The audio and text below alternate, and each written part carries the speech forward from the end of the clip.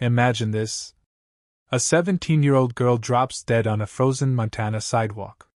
Coffee spilling everywhere, heart completely stopped. 30 adults stand around filming on their phones. Not one of them moves. Not one of them helps. Except one homeless boy that every single person in town had ignored for the last 2 years. He drops to his knees and fights for her life, alone, for 7 full minutes. What happened next didn't just save her. It exposed an entire town, turned the Hells Angels into the heroes nobody expected, and crushed a mayor who thought he could decide who deserves a second chance. Stay with me until the very last second, because the ending will hit you harder than anything you've heard in a long time. When Grace Martinez stopped breathing in front of the downtown cafe, her father Cole wasn't there. But a homeless teenager was. Ethan performed CPR for 7 minutes. His hands shaking. His voice cracking as he begged her to stay alive. The Hells Angels aren't known for mercy. They're known for loyalty. For brotherhood. For protecting their own. But what happens when an outsider becomes the reason your daughter is still breathing? What this motorcycle club did next didn't just shock their small Montana town. It challenged everything people thought they knew about who deserves a second chance. 16-year-old Ethan Mitchell had learned to measure his life in small victories. A dry doorway when the rain came. $3 and change from a good corner. The library opening its doors at 9 o'clock in the morning, offering 6 hours of warmth. Before the librarian's sympathetic smile turned into that apologetic look that meant it was time to leave. He had been living on the streets of Copper Ridge, Montana for 747 days. 2 years, 1 month, and 3 weeks, if you were counting. Ethan had stopped counting around day 300. Numbers made it feel permanent. And permanent felt like giving up. The foster system had released him at 14. Not officially. But in all the ways that mattered. After his 4th placement fell apart. After the caseworker stopped returning calls. After it became clear that aging out wasn't something that happened at 18. But whenever the system decided you were too much trouble to keep tracking, Ethan made a choice. The group home they wanted to send him to had a reputation. Kids came out of there with needle marks. And stories that made sleeping in alleys seem safer. So he learned the streets. He learned which restaurant threw out bread that was only 1 day old. Which gas station bathroom he could use without the owner calling the police. Which church let him take a shower on Tuesday mornings, if he showed up for the free breakfast first. He learned to be invisible. In a town of 12,000 people, invisibility was survival. Eye contact meant questions. Questions meant involvement. Involvement meant someone deciding what was best for him. And those decisions had never, ever worked out before. His backpack held everything he owned. 2 changes of clothes. A water bottle. A library card he protected like gold. And a CPR certification card from his 2nd foster home. The one with the paramedic foster dad who actually bothered to teach him something useful. Before that placement collapsed like all the others, Ethan spent his days reading in the library. Studying books about automotive repair. Because hands-on skills felt like the only path forward he could still see. He spent his nights choosing sleeping spots. With the strategic mind of someone who understood that the wrong alley could mean waking up without your shoes. Or not waking up at all. But 17 miles across town, in a neighborhood where houses had front porches, and mailboxes with family names painted on them, Grace Martinez was living a completely different November morning. She was running late for school, searching for her chemistry textbook, trying to remember if she had fed the neighbor's cat she was watching for the weekend. Grace was an honor student who volunteered at the animal shelter every Saturday, who made her little brother's lunch because he was picky, and their mom worked early shifts at the hospital.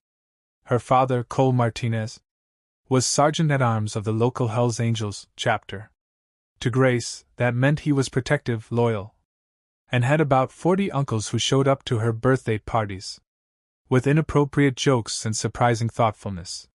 She had grown up around leather patches and motorcycle engines. around men and women who called each other family, and meant it in ways that confused people who had never been inside that world. Lately, though, Grace had been feeling off. Her heart would race at random moments. Standing up too fast. Climbing stairs. Sometimes just sitting in class. She would feel dizzy, breathless. Like her chest was trying to squeeze something out. She told herself it was stress. Junior year was brutal. College applications were looming. It was normal to feel anxious.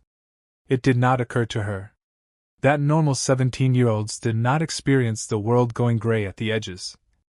Did not feel their hearts skip and stutter like an engine misfiring.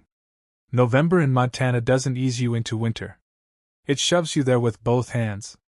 The morning air that particular Thursday bit at exposed skin. The kind of cold that made breath visible and fingers ache. It was 6:47 in the morning when Grace Martinez pushed through the door of the Copper Cup Cafe. The small bell above the entrance announced her arrival. To exactly 3 other customers. All of them staring at their phones while they waited for their orders. Grace ordered her usual. Medium coffee, extra cream, no sugar. From a barista who knew her name. And asked about her chemistry exam without really listening to the answer. The morning routine was comfortable, predictable. Grace paid with exact change. Smiled at the obligatory, "Have a great day at school," and turned toward the door with her coffee cup warming her hands. Outside, 30 feet down the sidewalk, Ethan Mitchell was trying to restore feeling to his fingers. He had slept in a doorway behind the hardware store, and the cold had seeped into his bones overnight. He was not begging, was not asking for anything. He was just there. Occupying a piece of sidewalk the way a fire hydrant occupies space. Visible, but not seen. Grace stepped onto the sidewalk. The cafe door closing behind her with a soft pneumatic hiss. She took 3 steps toward her car. Then her heart betrayed her. Long QT syndrome. A condition she did not know she had. An electrical malfunction in the heart's rhythm. That her family did not know ran in her mother's bloodline. Chose that exact moment to announce itself. Her heart's ventricles began firing chaotically. A rhythm called torsades de pointes. That sounds almost poetic. Until you understand it means the heart has stopped doing its job. Blood stopped flowing to her brain. Grace did not feel pain. She felt a strange, detached sensation of the world tilting sideways. Her coffee cup slipped from her hand. The ceramic shattered on the concrete. The sound sharp and clean in the cold morning air. Steam rose from the spilled coffee, wisping upward like something trying to escape. Her knees buckled. Her body hit the sidewalk with an impact that should have hurt, but did not register because consciousness was already draining away. Her eyes rolled back, showing only white. And her body began to seize. Small convulsions. Her muscles reacting to the oxygen starvation already beginning. The 3 people inside the cafe did not look up. The businessman walking 50 feet away kept scrolling through his emails.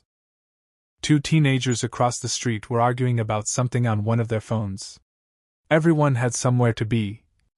Something more important to pay attention to than a girl lying on a sidewalk. Everyone except Ethan. He had spent 2 years learning to ignore everyone around him. Survival meant staying invisible. And invisibility meant not getting involved in other people's emergencies. Every instinct he had developed screamed at him to look away. To pretend he had not seen. To protect himself from the complication of caring. But watching Grace's body seize. Seeing her eyes roll back. Seeing the way her fingers twitched against the concrete. Something in Ethan broke. Or maybe something finally became unbroken. He was on his feet before conscious thought caught up with action. His backpack hit the ground. 27 steps separated them. He counted them without meaning to. His heart hammering in his chest. His breath coming fast. When he dropped to his knees beside her, his hands were already moving into position. One palm on her sternum. The other locked on top. Fingers interlaced the way David had taught him. David, his 4th foster father. the paramedic who worked overnight shifts, and came home smelling like antiseptic and exhaustion. David, who had insisted that every kid in his house learns CPR. Because you never know when you will be the only person who can help. David, whose own heart attack 6 months into Ethan's placement, had ended that foster home like all the others. Not because David did not care, but because the system did not account for foster parents who got sick, who had emergencies of their own. Ethan had kept the CPR certification card David gave him. It was the one thing from his old life that felt worth carrying. He had never imagined he would actually use it. He had certainly never imagined using it on a stranger, while a town that had spent 2 years not seeing him suddenly had no choice but to watch. Ethan's hands were shaking. That was the first thing he noticed when he started compressions. The way his fingers trembled as they locked together. The way his whole body seemed to vibrate with the weight of what he was attempting. David had taught him on a plastic dummy in a church basement. On a mannequin that did not have coffee stains spreading across its shirt. That did not have skin that felt terrifyingly real under his palms. He pushed down hard, probably too hard. The thought flashed through his mind that he might break her ribs. But David's voice echoed in his memory. Better a broken rib than a stopped heart. Push like you mean it. So he did. 2 inches deep, the way he had been taught. 30 compressions. He counted them aloud without realizing it. His voice cracking on the numbers. His arms burned. His shoulders screamed. He did not stop. The tilt-head, chin lift felt mechanical, rehearsed. Ethan's hands shook as he positioned her airway. As he pinched her nose. As he sealed his mouth over hers for the rescue breaths. 2 breaths, he felt her chest rise. That small confirmation that air was going where it needed to go. Then back to compressions. 30 more. His count started over, 1, 2, 3, 4. He was crying now, though he did not realize it. Tears tracked down his cheeks. Dripped onto Grace's jacket. A woman's voice nearby. "Oh my God! Someone call 911!" The sound of a phone being fumbled from a purse. Footsteps approaching, then stopping. People getting close enough to see, but not close enough to help. The circle was forming. Ethan could feel them gathering. He could hear the murmured conversations. The sharp intake of breath. The way someone said, "Is she dead?" Like it was a question for a movie plot. Instead of a girl lying on cold concrete. 30 compressions. 2 breaths. 30 compressions. 2 breaths. The rhythm became everything. Minute 1 bled into minute 2. Ethan's arms felt like they were made of lead. Sweat mixed with tears on his face despite the November cold. Someone behind him was recording on their phone. He could hear the digital shutter sound. Could sense the lens pointing at him. No one offered to take over. No one knelt down to help. Minute 3. Grace's lips were turning blue. Ethan saw it during the rescue breaths. And something cold seized his chest. He was failing. She was dying. 30 compressions. His palms ached. 2 breaths. Her chest rose and fell with artificial life.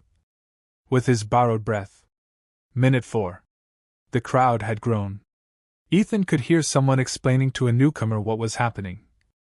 Some homeless kid doing CPR. Not someone saving her life. Not a teenager fighting for a stranger. Just some homeless kid. Like it was a curiosity. Like he was performing instead of desperately trying to keep a person alive. Remember, Ethan had spent 847 days being invisible. Now, as he breathed life into a stranger, 30 people stood in a circle around him. And for the first time in 2 years, everyone was watching. But their watching did not translate to helping. It never does. Not really. People are excellent at observing tragedy. They are terrible at interrupting it. Minute 5. Ethan's compressions were getting sloppy. He could feel it, his form breaking down.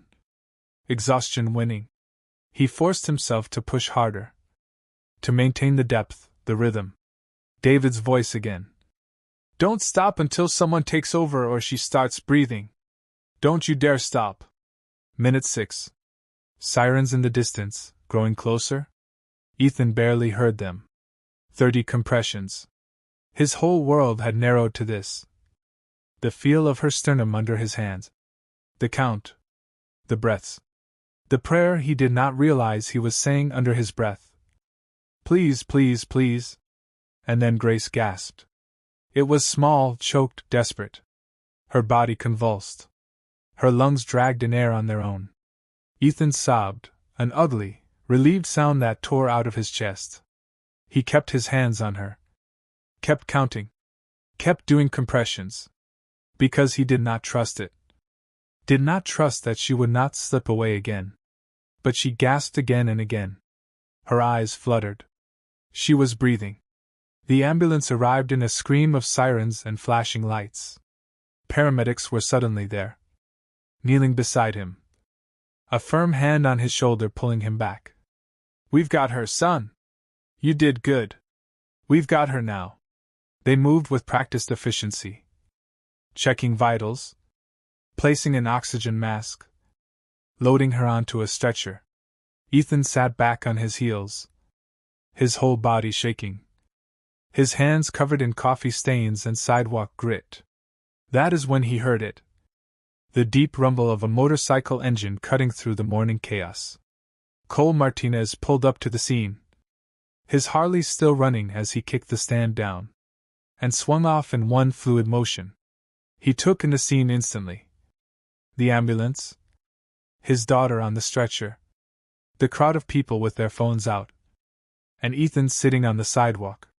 With hollow cheeks and dirty clothes. And hands that would not stop shaking. Their eyes met. Cole's expression was unreadable. Not angry. Not grateful. Not anything Ethan could identify. Just a look that seemed to see through him. To catalog him. To file him away as something requiring further examination. The moment stretched, silent despite the chaos of paramedics and sirens and crowd noise. Then Cole turned and strode toward the ambulance. Toward his daughter. And Ethan was invisible again. What Cole was thinking in that moment would change both their lives forever.